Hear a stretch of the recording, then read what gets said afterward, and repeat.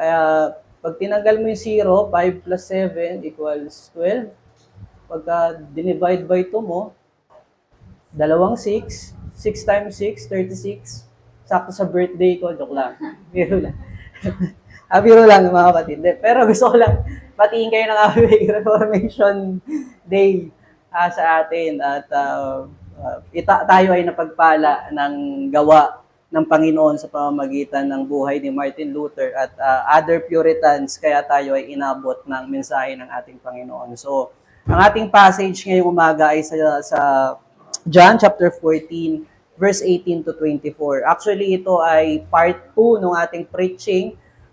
Ito pa rin ay kasama doon sa biyaya ni Kristo ng pagsisend niya ng Holy Spirit sa kanyang mga nilikha o kanyang inordain sa kaligtasan at buhay. Ngunit nais natin tignan yung paglalapat o yung involvement ni Christ sa karunungan na ito at yung kapangyarihan ng Diyos na paglalapat ng kanyang salvation blessing sa mga hinirang ng Diyos. Alam natin na ang Diyos ang nag-ordain ng lahat ng bagay, ang Diyos ang nag-predestine, si Kristo ang tumapos ng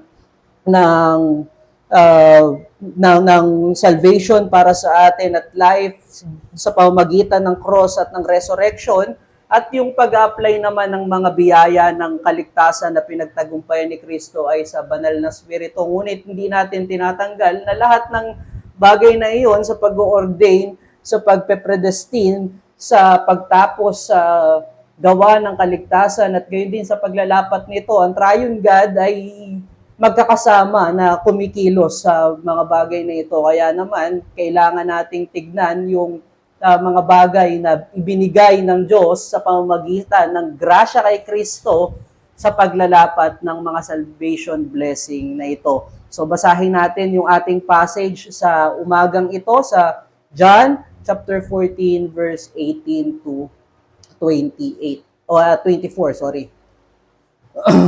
At ang sabi ng ating Panginoon dito, I will not leave you as an orphans. I will come to you. Yet a little while, and the world will see me no more. But you will see me, because I live, you also will live. In that day you will know that I am in the Father, and you in me, and I in you. Whoever has my commandments and keeps them, he it is who loves me. And he who loves me will be loved by my Father, and I will love him and manifest myself to him. Judas, not Iscariot, said to him, Lord, how it is that you will manifest yourself to us and not to the world? Jesus answered him, if anyone loves me, he will keep my words, and my Father will love him, and we will come to him and make our home with him. Whoever does not love me does not keep my words, and the word that you hear is not mine, but the Father's who sent me. Yan po yung salita ng ating Panginoon. Magpasakop po tayo. So mga kapatid, hindi naman lingid sa ating kaalaman na itong chapter 14 ay pangako ng Panginoon sa magandang buhay o good future para sa mga disciple niya at gayon din sa kanyang mananampalataya. Kaya niya ibinigay itong chapter 14, maaalala natin, yung chapter 13 ay medyo mabigat na passage dahil doon nakita natin yung betrayal ni Judas Iscariot, gayon din yung denial ni Peter sa kanyang Lord and Savior, at gayon din yung pag-announce ni Kristo ng kanyang kamatayan. So, kung ikaw nga naman ay nandito, paano mo pa titignan yung hinaharap na nandoon ka sa kasama ni Kristo, ngayon naman persecute si Christ at papatayin si Christ, at ang takot mo dito ay baka ikaw ay ma-identify din sa kanya at ano na yung future mo dahil iniiwan mo yung dati mong trabaho, dati mong buhay. Ano na yung future nito pag namatay yung leader ng kanilang grupo? Kaya ipinangako ng ating Panginoon yung mga bagay na ito. At itong verse 18 to 24 ay pagre-reeko ng ating Panginoon dun sa kanyang pangako, dun sa verse 1 to verse 2. Kung titignan natin yung verse 1 tsaka verse 2, yan ay pangako ng kaligtasan at gayon din eternal life. Sabi ni Kristo diyan, meron kayong siguradong kwarto o posisyon doon sa aking kaharian sa kalangitan. Gayon din, meron kayong kaligtasan dahil ako ay namatay at yun ang kabayaran sa inyong mga kasalanan at ang aking mabuting alay ay na-please ang Father para kayo ay tanggapin sa kanyang pamilya. At kung maaalala natin yung doctrine of adoption na pinreach ni Pastor Iyer, makikita natin doon na hindi lamang tayo basta tinanggap sa kingdom ng Panginoon bilang alipin, bagkus tayo ay tinuring na anak ng ating Panginoon at hindi lang parang katulad ng pag-aampon natin. Lahat ng biyaya na meron si Kristo ay isinare ng Ama sa atin. Itong verse 18 to 24 ay merong sound ng iba ng kaunti doon sa verse 1 to 2. Dahil yung verse 1 to 2 ay mangyayari pa sa future. Ngunit itong pinaguhugutan ng 18 to 24, although siya ay re-echoing ng verse 1 to 2, ito ay pinaguhugutan doon sa verse 12 to verse 17. So makikita natin na yung verse 12 to verse 17, ipinapahayag doon yung ating present life pag tayo ay naging Kristiyano o sa mga disciple pag umalis na si Kristo. Makikita natin dyan, sabi ng ating Panginoon, sila ay magiging preacher ng gospel. So, ibig sabihin mga kapatid, kung sila ay preacher ng gospel, hindi pala nila iiwanan yung ministry ni Kristo. Yung ministry ni Kristo bilang tagapahayag ng katotohanan, tagatawag sa pananampalataya at pagsisisi sa kasalanan ay pagpapatuloy nila. So, ibig sabihin mga kapatid, hindi sila ligtas doon sa nangyaring persecution din kay Kristo. Ngayon naman, kaya sinasabi ni Kristo ito sa kanila, nire-re-echo niya yung kanyang sinasabing good future, sinasabi niya sa kanila na meron silang siguradong magandang kinabukasan dahil sila ay kabilang sa mga itinakda ng Panginoon sa kaligtasan at buhay at sila ay kabilang sa pamilya ng Diyos. Although merong persecution, may suffering, sila ay magkakaroon ng kasapatan dito at gayon din kanilang mai-endure ito dahil sa pangako ni Kristo dito sa verse 18 to verse 24. Tignan natin yung word na ginamit ng ating Panginoon sa kanyang pagbunga dito sa verse 18. Sabi ng Panginoon dyan, tinawag niya yung o ilalintulad niya yung pag-iisip ng mga disciple kung ano yung mangyayari sa kanila pag umalis si Kristo. Ang nasa isip ng mga disciple, sila ay orphans. Sabi ng Lord, I do not leave you as an orphans. Ano ba ang orphans, mga kapatid? Vulnerable sa lahat ng harm.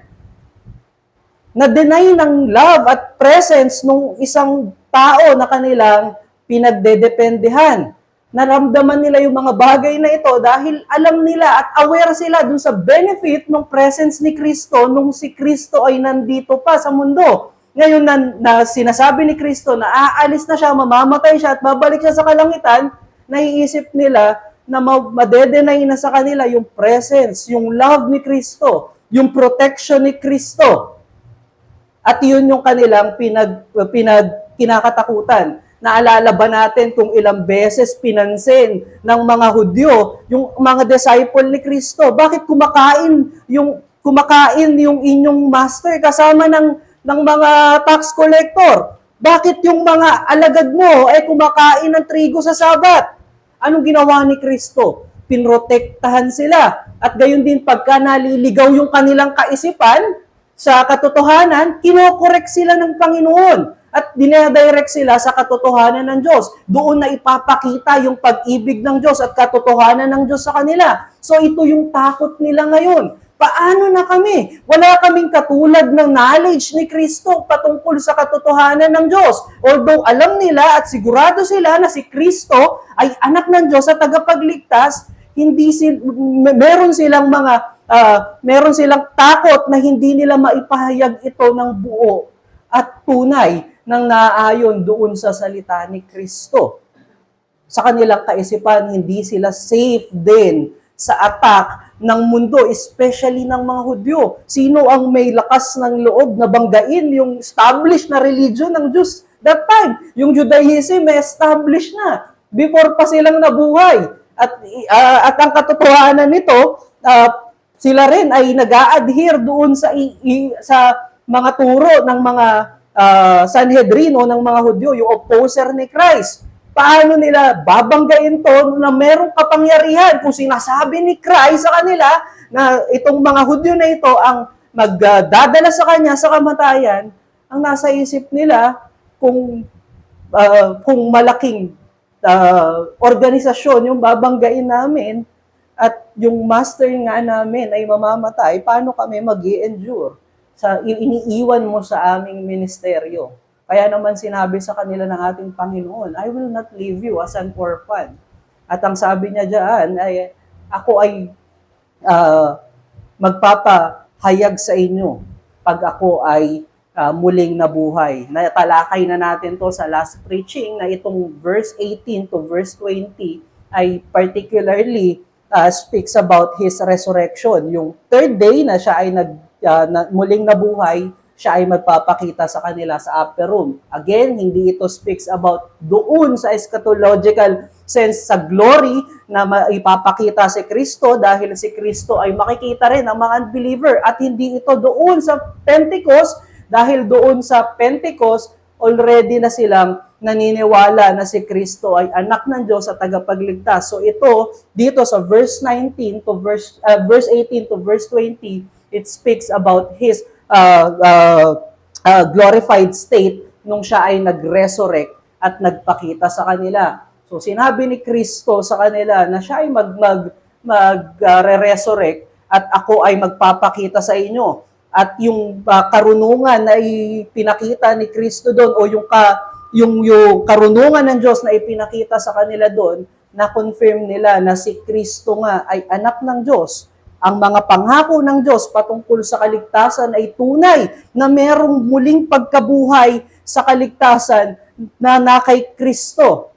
At ito ay nagpapakita na hindi kumpleto pala yung kaalaman ng mga disciple ng ating Panginoon doon sa ministry ng Panginoon at kailangan i-complete pa ng ating Panginoon sa kanyang resurrection. Tignan natin yung word ng ating Panginoon sa verse 19. Sabi yan ng Panginoon, the world will never see Him physically, pero sila makikita nila si Kristo. Ano yung ipinapakita nito mga kapatid? Yung exclusivity na ibinibigay ni Kristo na salvation at ng buhay. At kabilang dyan sa kaligtasan at buhay ay ang pag-ibig ng Diyos. May exclusivity pagdating doon sa pag-ibig ng Panginoon. Sa kaligtasan na dala ng Panginoon, ito ay nagko-confirm na ang isang tao na dating patay ay binigyan ng buhay ng Panginoon. Ito ay grasya lamang. Pagkat sino ang makakakilala sa Panginoon? Sino ang makaka-identify sa Panginoon? From verse 18 o from verse 12, makikita na natin na kino-confirm ng Panginoon yung kanilang faith doon sa Panginoon. They already believe Him na siya ay tagapagligtas, ngunit wala silang complete knowledge that is able to receive the grace of God. So sa madaling salita, yung kanilang pananampalataya ay hindi pa kumpleto para tanggapin yung biyaya ng kaligtasan at ng buhay. Ano ba yung ating pinaniniwalaan na kumpletong kaligtasan na tumatanggap na siyang kinakailangan para matanggap natin ang salvation at ang buhay na eternal na pinangako ng ating Panginoon? Ang ating paniniwala diyan ay si Kristo ay namatay sa krus ng Kalbaryo dahil tayong lahat ay makasalanan at hindi natin kayang iligtas ang ating sarili, ngunit si Kristo din ay nabuhay muli bilang pagpapatunay na naapis ang Lord sa kanyang alay na buhay at gayon din ipinagkaloob sa kanya lahat ng otoridad sa langit at sa lupa, at yung mga biyayang iyon na kanyang kinlaim ay isinare niya sa kanyang mga mananampalataya. So anong makikita natin dito mga kapatid? Ano yung ipinapakita nito na tayo ay meron ng faith sa Panginoon, ngunit hindi kumpleto kung hindi natin paniniwalaan yung kanyang resurrection at life. Ito ay nagdadala sa atin sa fear at gayon din doon sa uncertainty. Merong mga Kristiyanong naniniwala doon sa grasya ng Diyos na siya ay banal at gayon din siya ay namatay sa krus ng Kalbaryo. Ngunit minsan sinasawalang bahala yung muling pagkabuhay ni Kristo. Kaya naman minsan ang nangyayari sa mga sa ganito ay hindi nagiging makatotohanan yung buhay na meron yung Panginoon, yung buhay na merong ibinigay sa kanila yung Panginoon, at gayon din hindi nagiging makatotohanan yung pag-ibig. Paano iibig ang isang patay? Huwag natin i-miss out ang bagay na ito, mga kapatid. Napaka-importante na buo sa ating kaisipan na si Kristo ay muling nabuhay at nandoon sa kanang trono ng Panginoon at ginogovern ang lahat ng creation ng kanyang Ama. Tignan natin yung naging misery na meron yung mga disciple. Kaya inaddress ng Panginoon ang bagay na ito. Yung takot nila doon sa persecution ng mga Hudyo. Gayon din yung takot nila na pagka nawala si Kristo, wala na yung affection sa kanila ng Panginoon.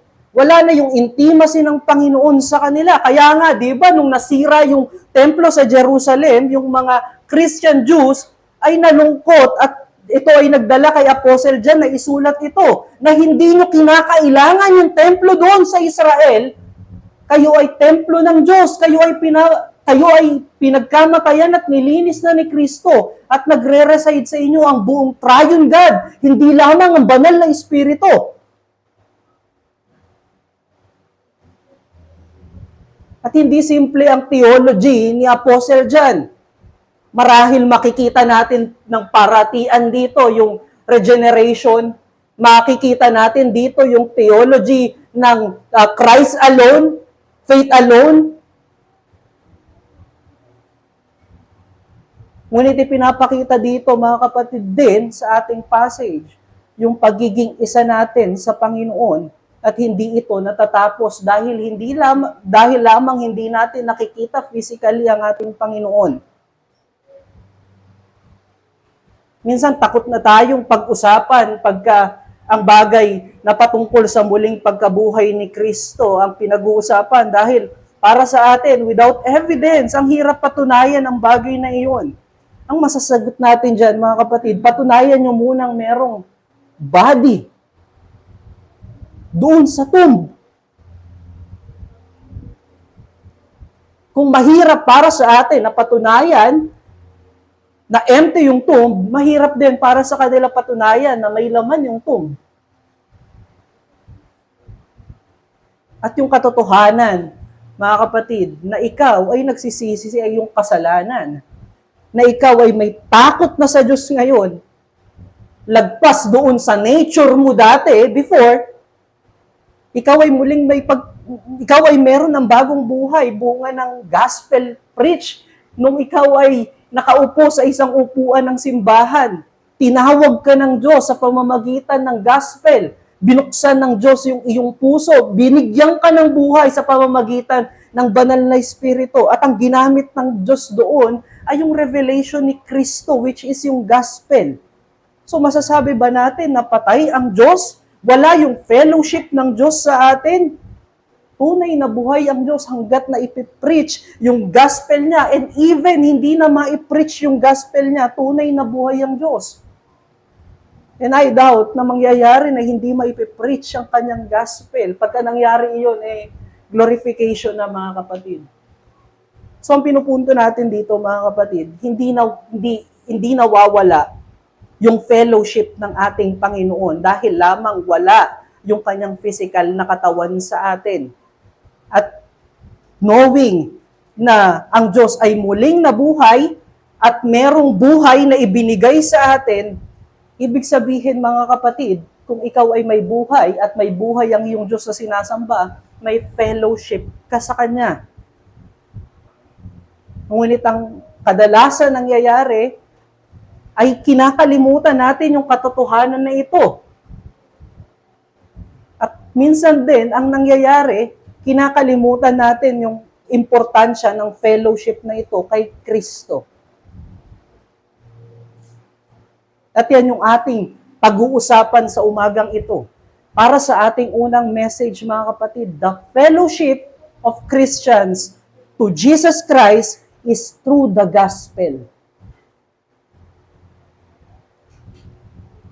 Ang pakikipag-niig ng isang Kristiyano kay Kristo ay sa pamamagitan ng Ebanghelyo.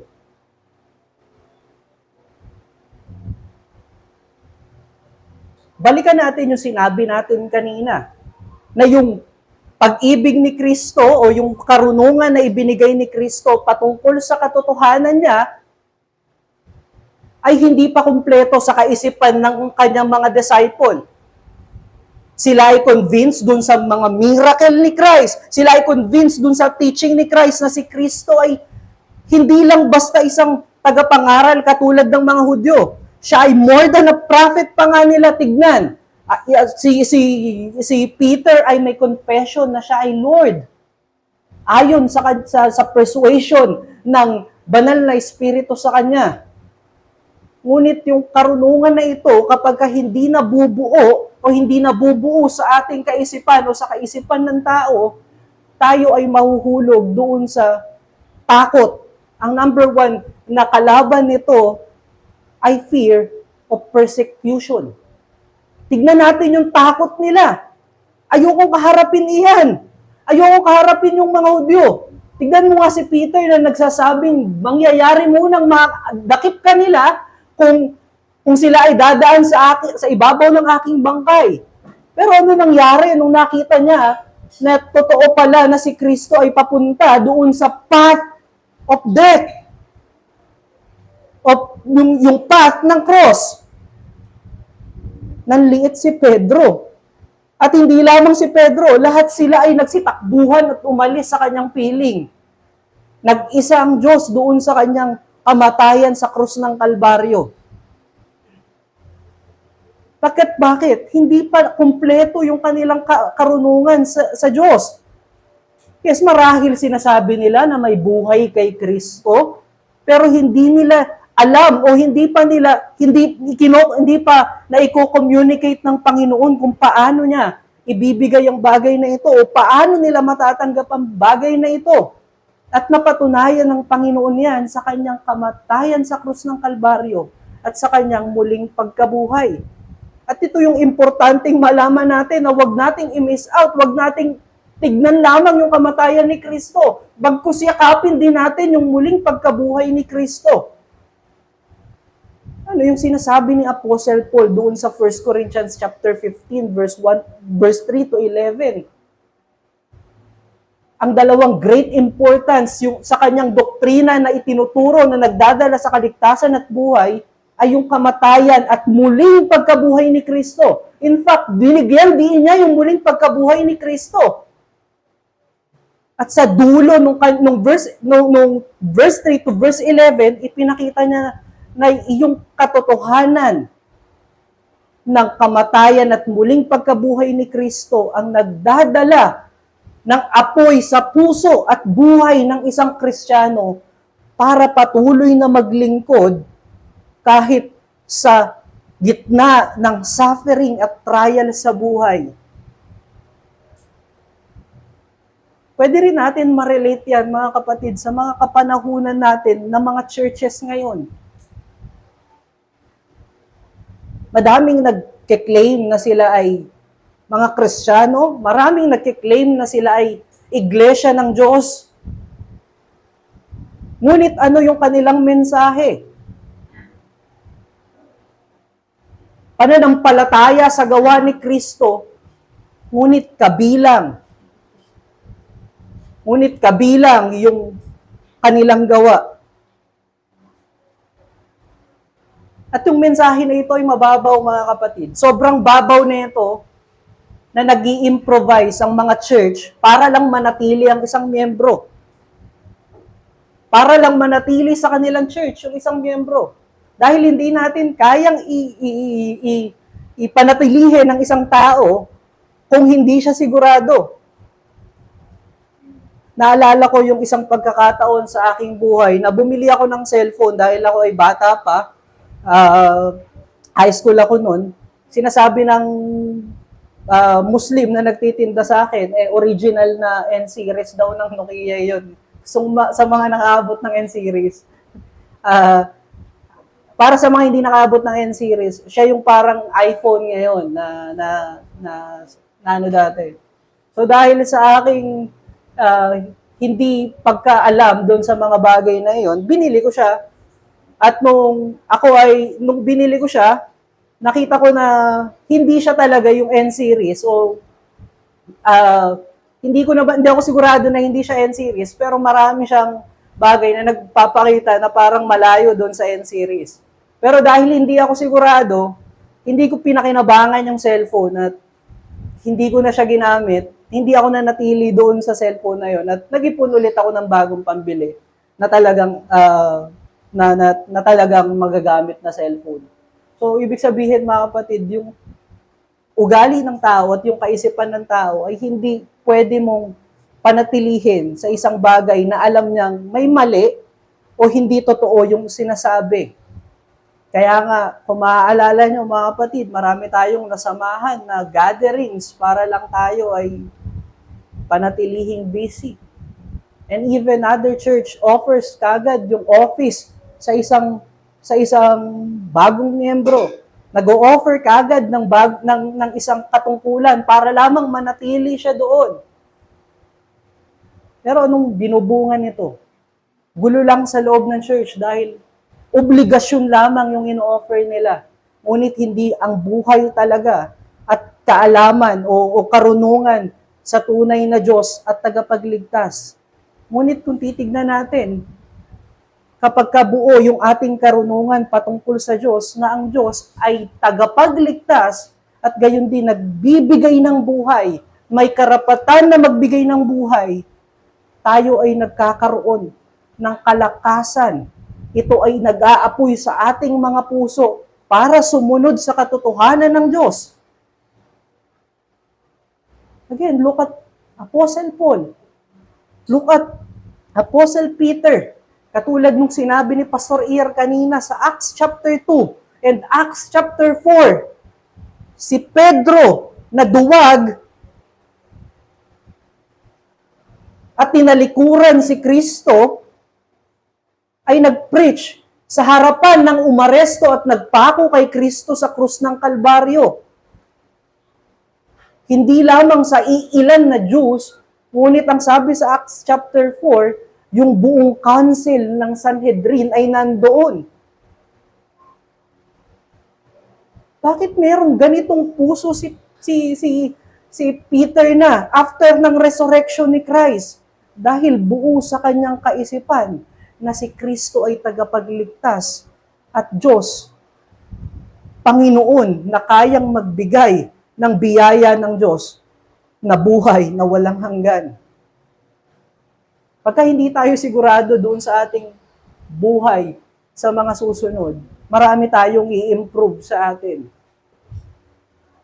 Marami tayong gagawin na paraan para mag-improve yung ating sarili. Ngunit, I want to be clear sa message na ito, mga kapatid.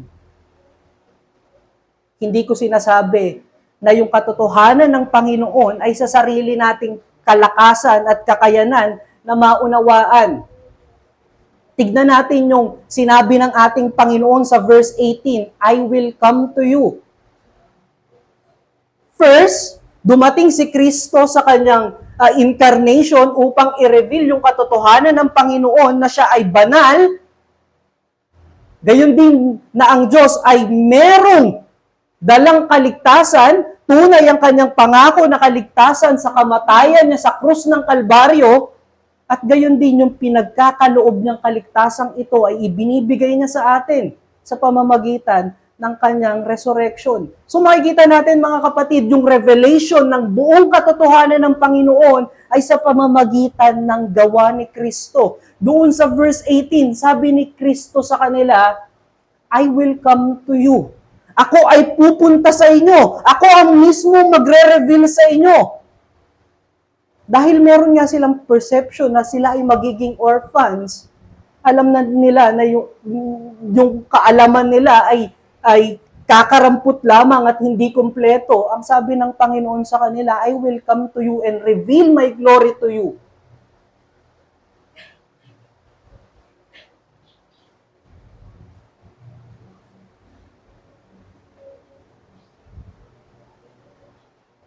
Ano yung bunga nung revealed glory ng ating Panginoon? Unang bunga dyan, mga kapatid, nandoon sa verse. Sorry po.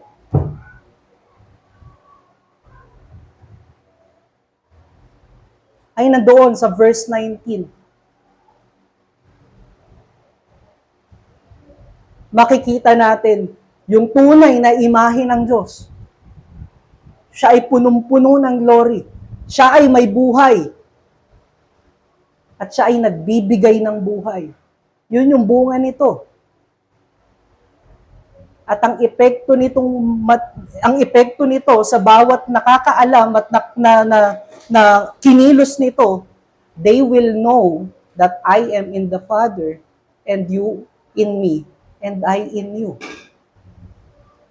Dahil ako ay buhay, kayo ay may buhay, nakilala nyo ako, naunawaan nyo ako sa pamamagitan ng aking gawa, ibig sabihin lamang nito, kayo ay kabilang doon sa aking pinagkamatayan. Kayo ay kabilang doon sa aking iglesia. Kayo ay kabilang sa aking katawan. Hindi pwedeng i-deny ng kahit sino man na tayo ay kabilang sa Panginoon dahil naunawaan natin yung mensahe ng gospel. Ngunit ang tanong dito, mga kapatid, tayo ba ay fully convinced sa buhay ni Kristo, kamatayan at muli niyang pagkabuhay? O convinced lamang tayo doon sa pinagkamatayan ka ni Kristo dahil convenient sa'yo na pwede mong gawin lahat ng nais mo lamang. Pwede mong gawin lahat ng kasalanan mo na dahil ikaw naman ay ligtas na unawaan mo na sa grasya lamang ng Diyos sa pananampalataya kay Kristo, pwede ko nang sabihin na ako ay nananampalataya kay Kristo, ligtas na ako, and I will do everything that I want. Neglecting yung pagiging Lord ni Kristo over you, over all His creation, na may buhay kay Kristo. At yung ipinapakita nito, mga kapatid, yung pagbibigay ng buhay ni Kristo ay makikita mo mismo doon sa iyong sariling buhay. Sabi niya sa verse 21, those who love me will keep my words. Kung tunay na nakilala mo si Kristo, naunawaan mo yung kamatayan niya at kanyang muling pagkabuhay, iibigin mo siya. Dahil yung dakilang Diyos na may likha ng langit at lupa ay bumaba rito para ikaw ay abutin at bigyan ng kaligtasan.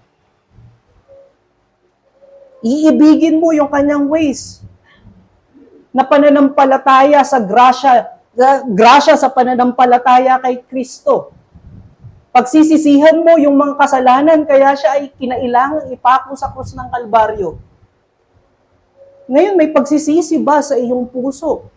May pagsisisi ba sa iyong kaisipan, sa iyong mga ginawa? Na-reflect mo ba doon sa kamatayan ni Kristo at doon sa grasya niya, sa muling pagkabuhay niya at pagbestow niya ng life sa iyo? Ito yung tunay na buhay na meron ang isang Kristiyano.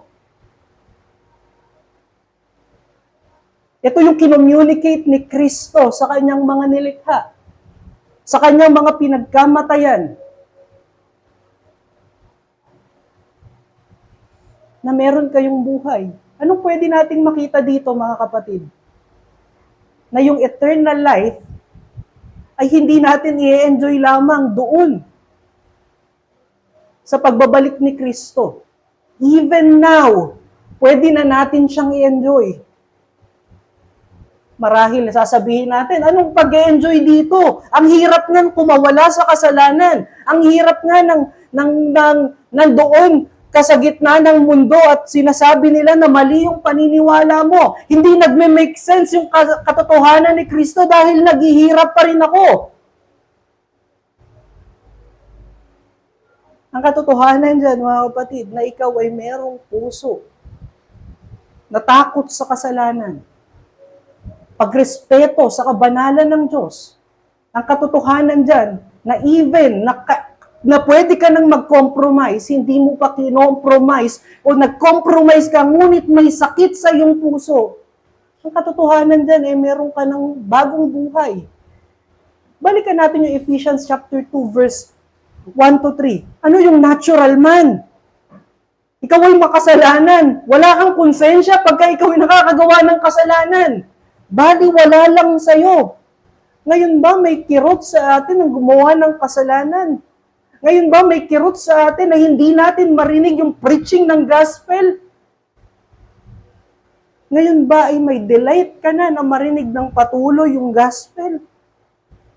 Ang ipinapakita niyan, mga kapatid, ay na-enjoy mo na yung buhay na eternal sa ating, nakasama ang ating Panginoon. At iyan ay sa pamamagitan ng revelation ni Christ sa kanyang buhay na ibinigay. Tignan niyo yung beauty nung ginawa ng ating Panginoon. Ibinigay niya yung buong katotohanan doon sa kanyang mga disciples, including si Apostle Paul.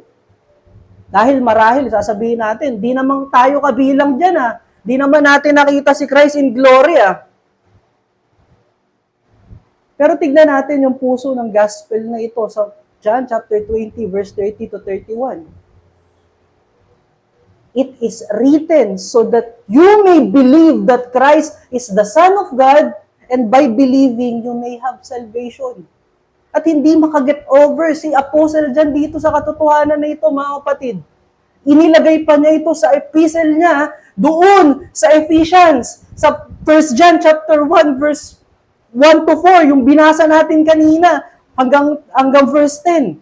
Ano sinabi niya? Ano yung nasaksihan namin? Ano yung nahawakan namin? Yung liwanag ng Diyos, yung glory ng Lord, yung pag-ibig ng Diyos.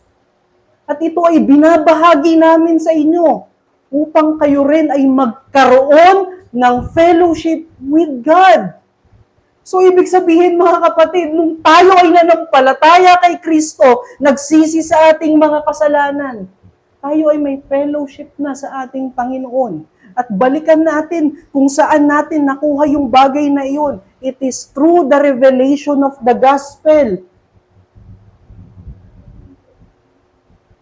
In fact, nag-a-adhere din si Apostle Paul dyan sa Romans chapter 10, verse 17, faith comes from hearing, and hearing the word of God.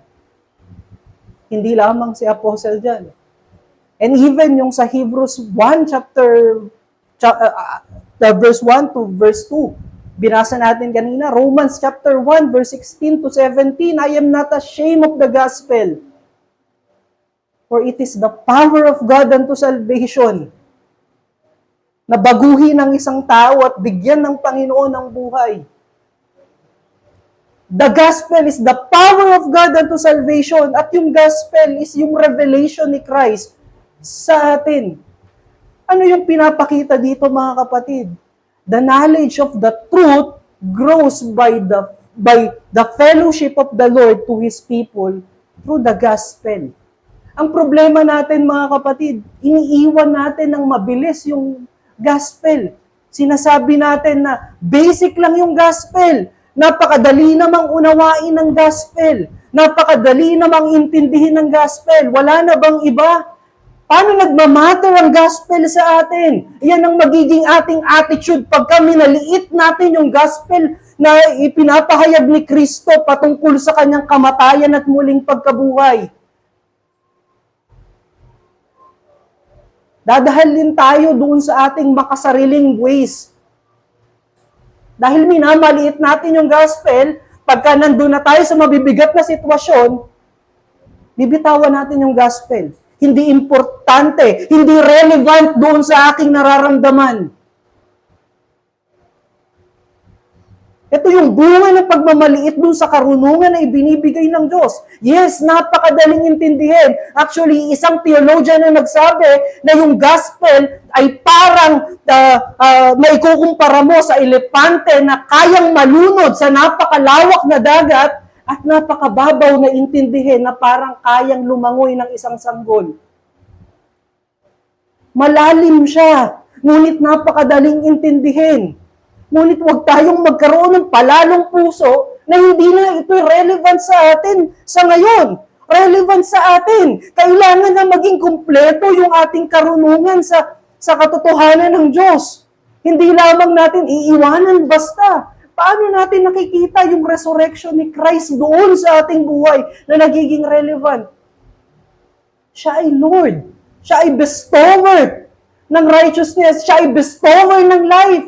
Kung anong life na meron ka ngayon, yan ay galing kay Kristo. Ang nagiging problema natin, mga kapatid, pag nahihirapan tayo sa suffering, bunga ng ating mga kasalanan at gayon din bunga ng tentasyon ng mundo, iniiwanan natin dahil yung comfort natin, naaalala pa rin natin yung ating dating nature.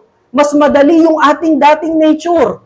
Dahil mababaw natin tignan yung gospel ni Kristo. Mababaw nating tignan yung kanyang lordship at yung kanyang resurrection, ang daling bitawan ng bagong buhay na meron ka.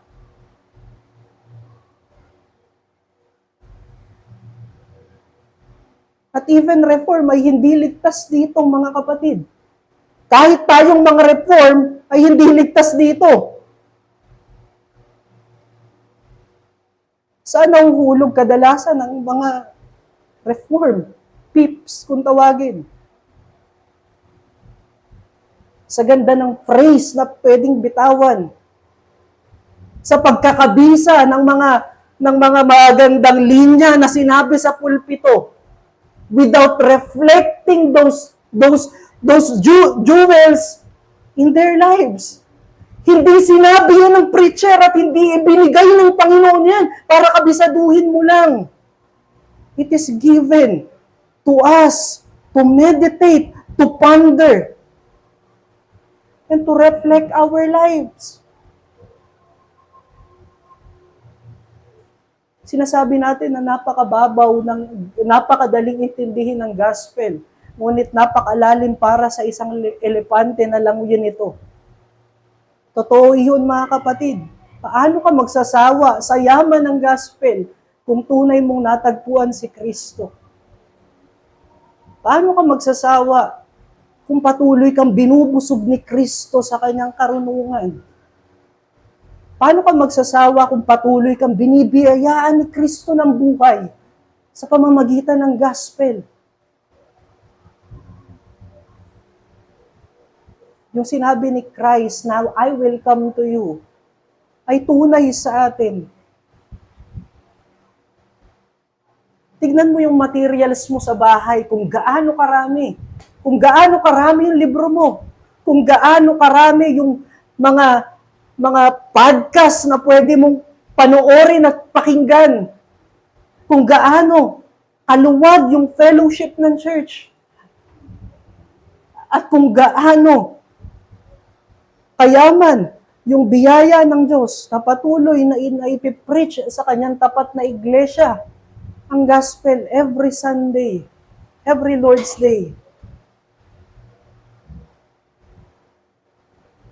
Masasabi natin dito, mga kapatid, palagi tayong inaabot ni Kristo at binibiyayaan ng kanyang punong karunungan sa preaching ng kanyang gospel, even sa fellowship. tayo yung tumatanggi. That's, kasi seemingly, hindi fit doon sa gusto mo. And again, let me remind you and let this message remind you, sinabi ni Kristo, that you are now a new creation who believes in Him, who loves Him. And those who love Him and believe in Him, delight in His words. Merong delight doon sa pagsunod, sa obedience sa Kanya. May delight ba tayo every Sunday to hear the message of the gospel? May delight ba tayo to be corrected ng mensahe ng Panginoon? May delight ba tayo na mag-meditate, iuwi yung gospel na ating natanggap nung Sunday at i-meditate every day? May delight ba tayong ipanalangin na ipaunawa sa atin ng banal na Espiritu at mailapat sa mga personal nating buhay yung katotohanan ng kanyang gospel? Pwede nating sabihin na yung mga example na yan ay iba doon sa aking sitwasyon. Ngunit mga kapatid, yung katotohanan ng salita ng Panginoon, even iba-iba tayo ng sitwasyon, ito ay katotohanan na fitted, tailor-made sa iyo ng Panginoon para i-enjoy mo yung bagong buhay na meron sa Kanya. Tignan natin yung biyaya ng Panginoon sa atin na patuloy tayong hinihigit sa fellowship sa Kanya sa pamamagitan ng gospel. Tignan natin yun at yakapin natin. I-maximize natin yung mga bagay na yan. At yan yung ating unang challenge sa umagang ito. Know Christ every day through the gospel. Yan yung fellowship sa iyo ng Panginoon. Ano yung kasabihan sa mundo? Birds with the same feather flocks together. May katotohanan na kaunti sa bagay na iyon, mga kapatid.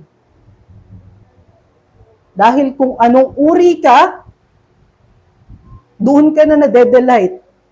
Doon ka laging nakasiksik. Ngayon, meron ba tayong delight kay Kristo sa Kanyang pagkakabigay sa atin ng buhay?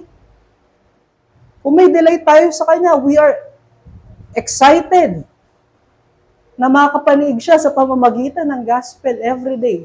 Meron tayong excitement na makilala siya every day, na malaman yung kanyang advices, bunga ng ating sufferings and trials.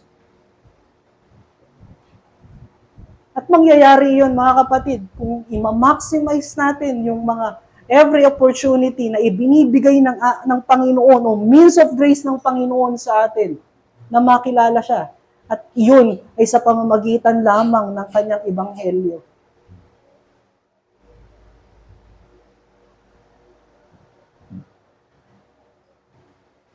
Bakit tayo laging natatalisod sa ating lakad Kristiyano? Again, we fear persecution. Takot tayo sa persecution. At dahil hindi natin kilala ang ating Panginoon na siyang tagapagligtas at buong ang Diyos na kayang magbigay ng buhay at kaligtasan, kaya tayo may takot sa persecution. Hindi natin kilala yung ating Panginoon. Ngunit nagbigay siya ng means of grace, which is His gospel, to know Him. He come to you every day. Know Him every day, mga kapatid, through the gospel. Another thing, the triune God makes His people their home. Kung may fellowship tayo kay Christ, may fellowship din tayo sa triune God. Sa verse 21, sinabi ng ating Panginoon, on that day, sa kanyang pag-appear sa kanila, sa kanyang glory, yung intimacy and affection nila will grow. Again, mga kapatid, hindi ibig sabihin na ikaw ay sumusunod nabibili mo na yung pagmamahal ng Diyos. Kaya kami namahal ng Diyos dahil sumusunod ka. Hindi mga kapatid. Una pa lamang, ang Diyos ang nag-incarnate. Bumaba siya sa level ng tao o sa bilang isang servant para ipaunawa sa iyo yung katotohanan ng Diyos. Namatay siya, muli siyang nagpakita sa kanyang mga disciple para maiabot tayo ng gospel. Ang Panginoon na nagre-reveal sa atin ng mga bagay-bagay. Sa Romans chapter 5 verse 8, sabi ng ating Panginoon, ni Apostle Paul dyan, nung tayo ay sinner pa, minahal na tayo ng Diyos. Sa 1 John chapter 4 verse 10, sinasabi ng ating Panginoon, sinasabi ni John na tayo ay minahal ng Diyos. Kaya tayo natututong magmahal. Kaya natin siya minamahal. Ang ibig sabihin nito mga kapatid, yung ating pag-ibig kay Kristo, bunga ng pananampalataya na kanya ring regalo, ay lalalim ng lalalim. Ay magiging tunay at makatotohanan sa ating buhay. Hindi lamang ito abstract na ako ay may relasyon sa Panginoon. Pag tinanong mo, ano ba ang relasyon sa Panginoon? Paglilingkod. Pag tinanong mo, ano ang paglilingkod? Pagbibigay ng sakripisyo. Palalim ng palalim. Di mo na malaman kung ano yung tunay na sagot. Ngunit ang relasyon sa Panginoon ay tunay na nararanasan. Tignan natin yung ating relasyon sa ating Panginoon. He died for us. He cared for us. Kaya naman iniibig natin ngayon yung kanyang katotohanan, na even tayo yung makasalanan, tayo yung inibig niya. Ano yung epekto sa atin? Kinamumuhian natin yung ating dating nature at iniibig yung bagong buhay na meron tayo sa kanya.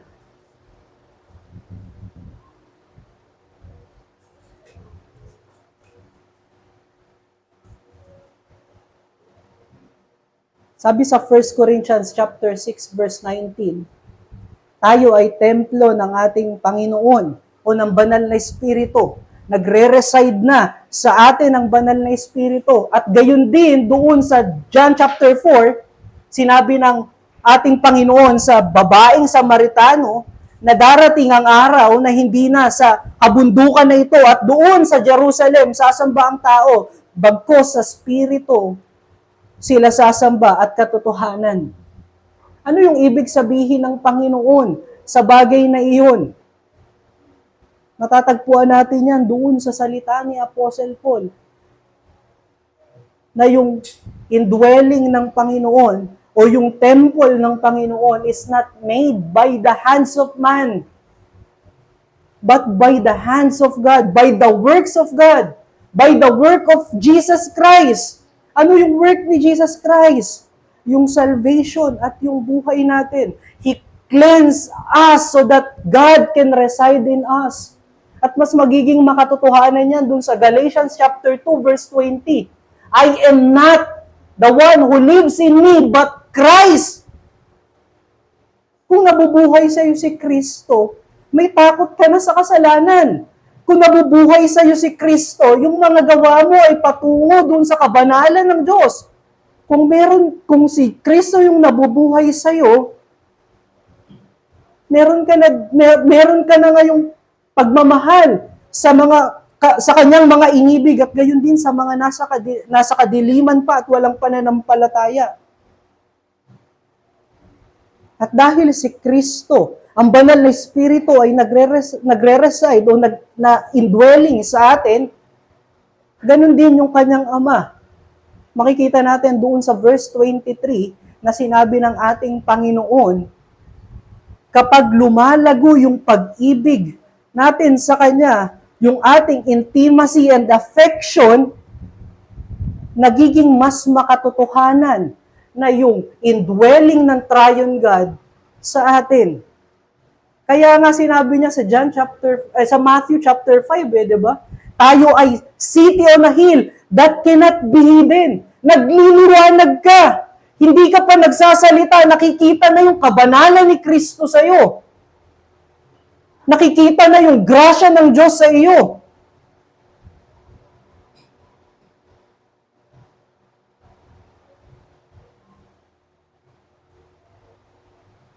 Again, sasabihin natin, hindi tayo recipient yan.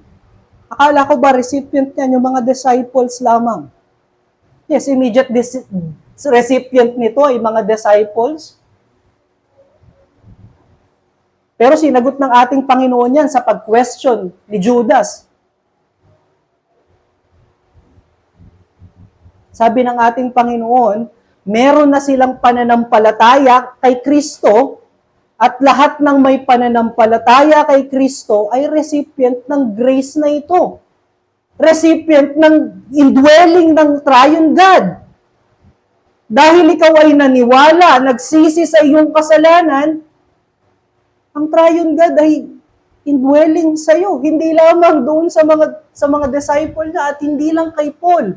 Even sa iyo, kapatid. Hindi ba natin notice kung bakit tayo ay may pagsisisi sa kasalanan? Pandidiri doon sa ating dating nature. Pandidiri doon sa ating mga dating ginagawa. Pagkamuhi doon sa mga kasalanan.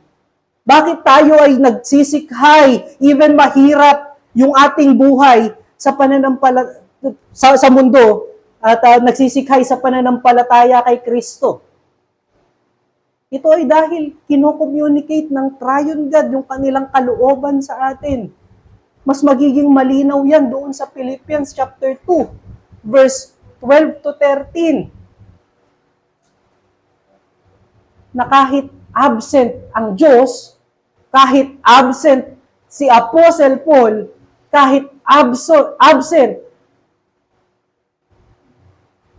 si Pastor Iyer, we can live a holy life because we respect yung glory ng ating Panginoon. Kinikilala natin yung glory ng Panginoon, yung kanyang kabanalan, yung kanyang grasya. Kaya naman nagliliwanag yung buhay natin. At before, yung verse 12, ipinakita ni Apostle Paul dyan, yung incarnation ni Kristo at yung exaltation ni Kristo sa verse 5 to verse 11 ng Philippians chapter 2. So, ibig sabihin mga kapatid, ipinapakita dito ni Apostle Paul na meron na kayong buhay katulad nung kay Kristo. Yung buhay nyo ngayon, katulad ng sinasabi niya sa Galatians chapter 2 verse 20, ay buhay na ni Kristo.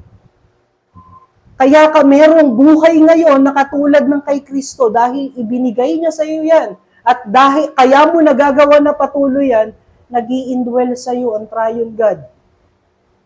Ang pinupunto natin dito mga kapatid, the indwelling of the triune God became more realistic when we continuously commit to fellowship with Him. Ang problema mga kapatid, hindi tayo nagko-commit. Hindi natin inilalagay yung ating buhay doon sa ministeryo ng ating Panginoon. Hindi natin kinukomit doon sa ating Panginoon yung ating buhay.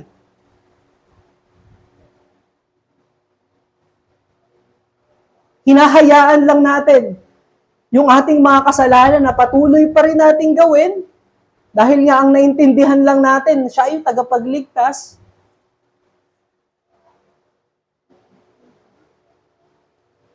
We profane yung presence ng triune God when we sin.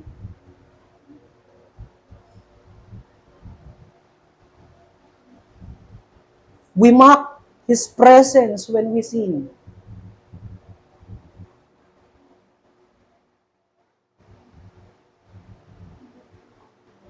At ang masakit nito, minsan, parang normal na sa atin yung bagay na yun.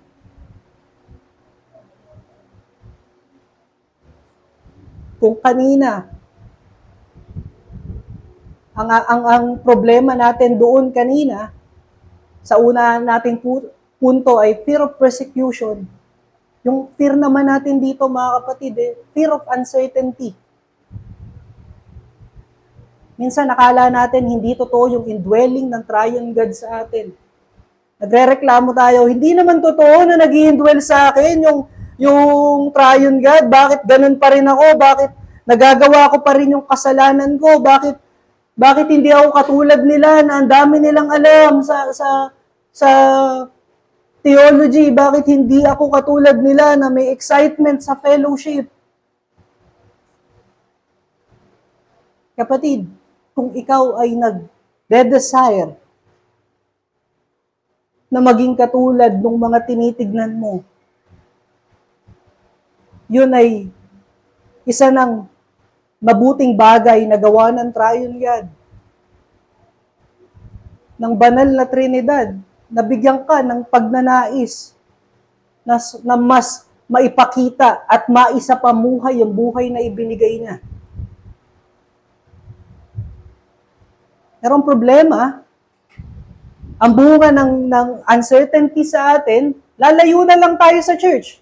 Layo na lang ako sa iglesia.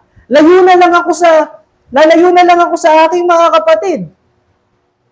Hindi nga umaalis sa church, ang nangyayari naman, umaalis doon sa fellowship. Hindi na lang ako sasama, hindi ko naman sila nagigets eh.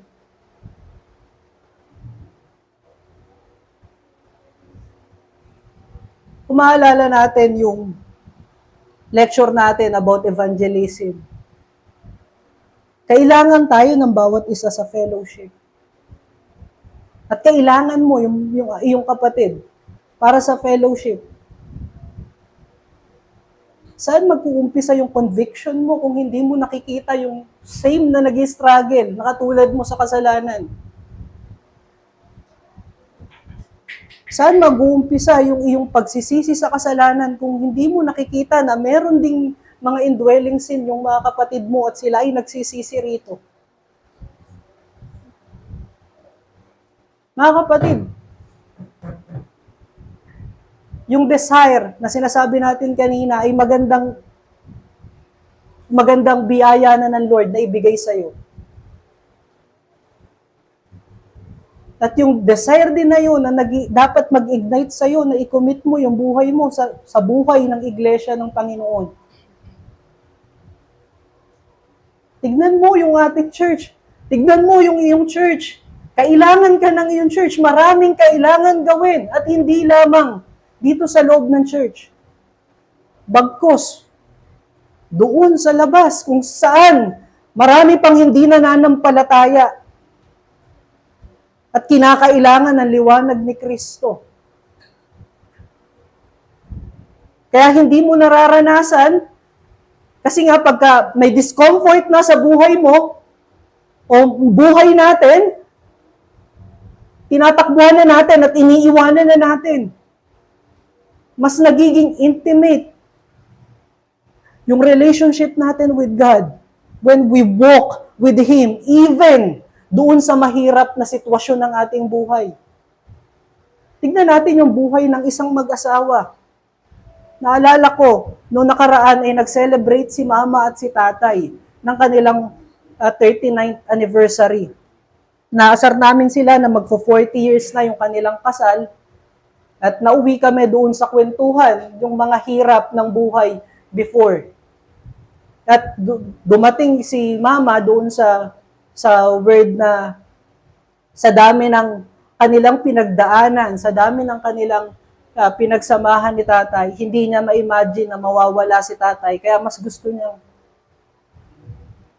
mauna kaysa kay tatay.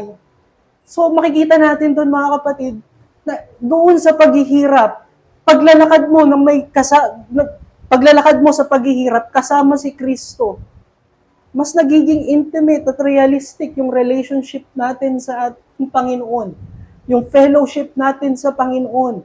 Hindi dahil mahirap yung daanan, wala nang mabuting bagay na maibubunga ito. Mas nagbibigay ng mga bagay na maganda, ng tunay na pag-ibig o nagbibigay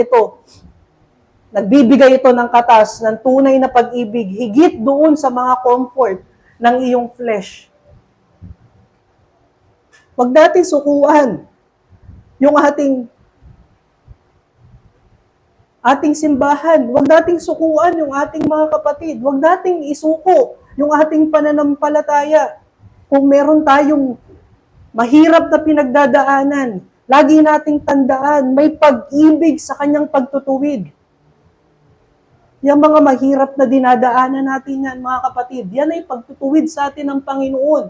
Yung ating mahirap na pinagdadaanan na yan, yan ang pagtutuwid sa atin ng Panginoon para lalo natin siyang mahalin, para maging mas makatotohanan yung kanyang ibinigay na pag-ibig sa atin, yung relasyon natin sa Kanya. Akala natin yung communion lang, devotion every day. Yes, kasama iyon sa ating relationship with the Lord.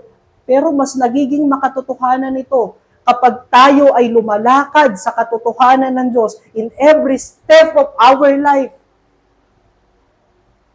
Naaalala ba natin yung mga katotohanan na ina-preach dito sa pulpito? Naalala ba natin yung ating mga devotion sa lahat ng pagkakataon ng ating buhay? Mga kapatid, nung nalampasan mo yung isang problema, nang hindi ka nagko-conform sa mundo, at patuloy kang nako-conform kay Christ, yun ay katunayan ng iyong pag-ibig sa Kanya. At yun ay katunayan ng pag-ibig niya sa iyo dahil hindi mo kakayanin na tumagal sa sufferings at trials ng mag-isa lamang. Yun ay sustaining grace ng Panginoon. It is a two-way relationship, mga kapatid. Gusto mong maging realistic yung nararamdaman mong relasyon sa Panginoon, i-commit mo sa Kanya yung iyong buhay. Hindi ko sinasabing ikaw ay hindi ko sinasabi yung decisionism dito. Ang sinasabi ko, tumugon ka sa panawagan na ikaw ay mamuhay ayon dun sa buhay na Kanyang ibinigay sa iyo.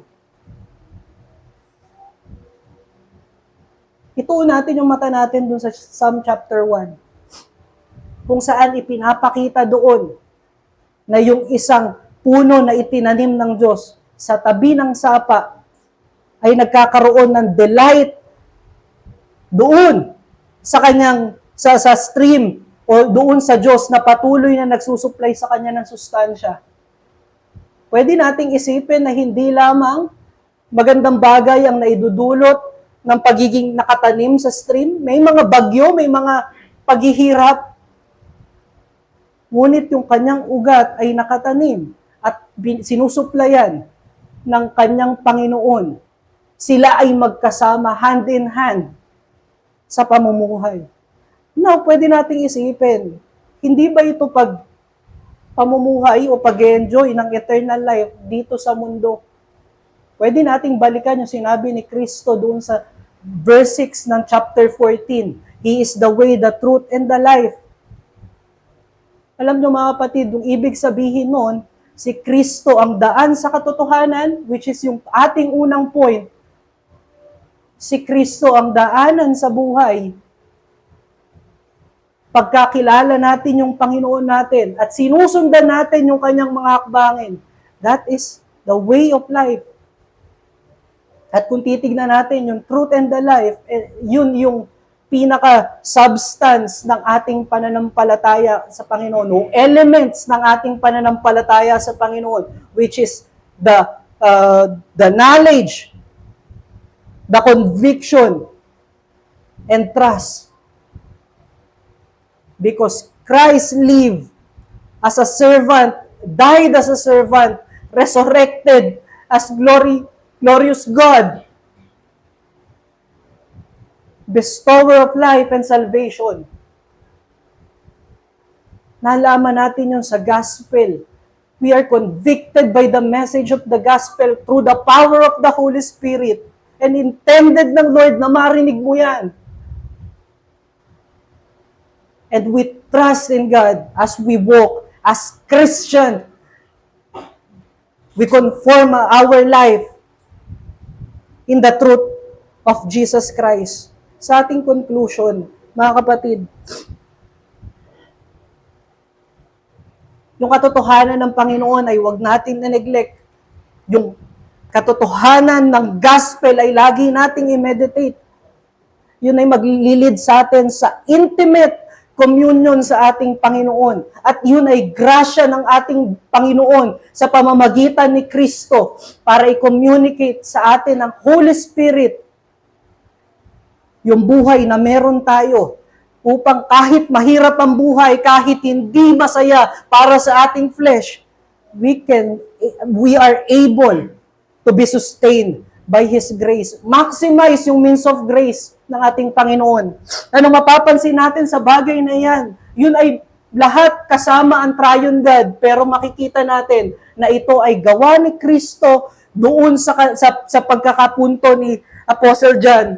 Ngunit even dito ay kasama ang triune God. Silang tatlo ay nag-work na matanggap mo yung pananampalataya na nagdudulot na ikaw ay maligtas at magkaroon ng buhay. At iyon din yung same tool ng Panginoon sa atin para i-sustain tayo. Hindi ba dakilang grasya ang bagay na iyan? Hindi ba dakilang grasya ang gospel? Meditate the gospel. Live the gospel, brethren. And preach the gospel to yourselves, to your family, to your friends. And by that, may we glorify God.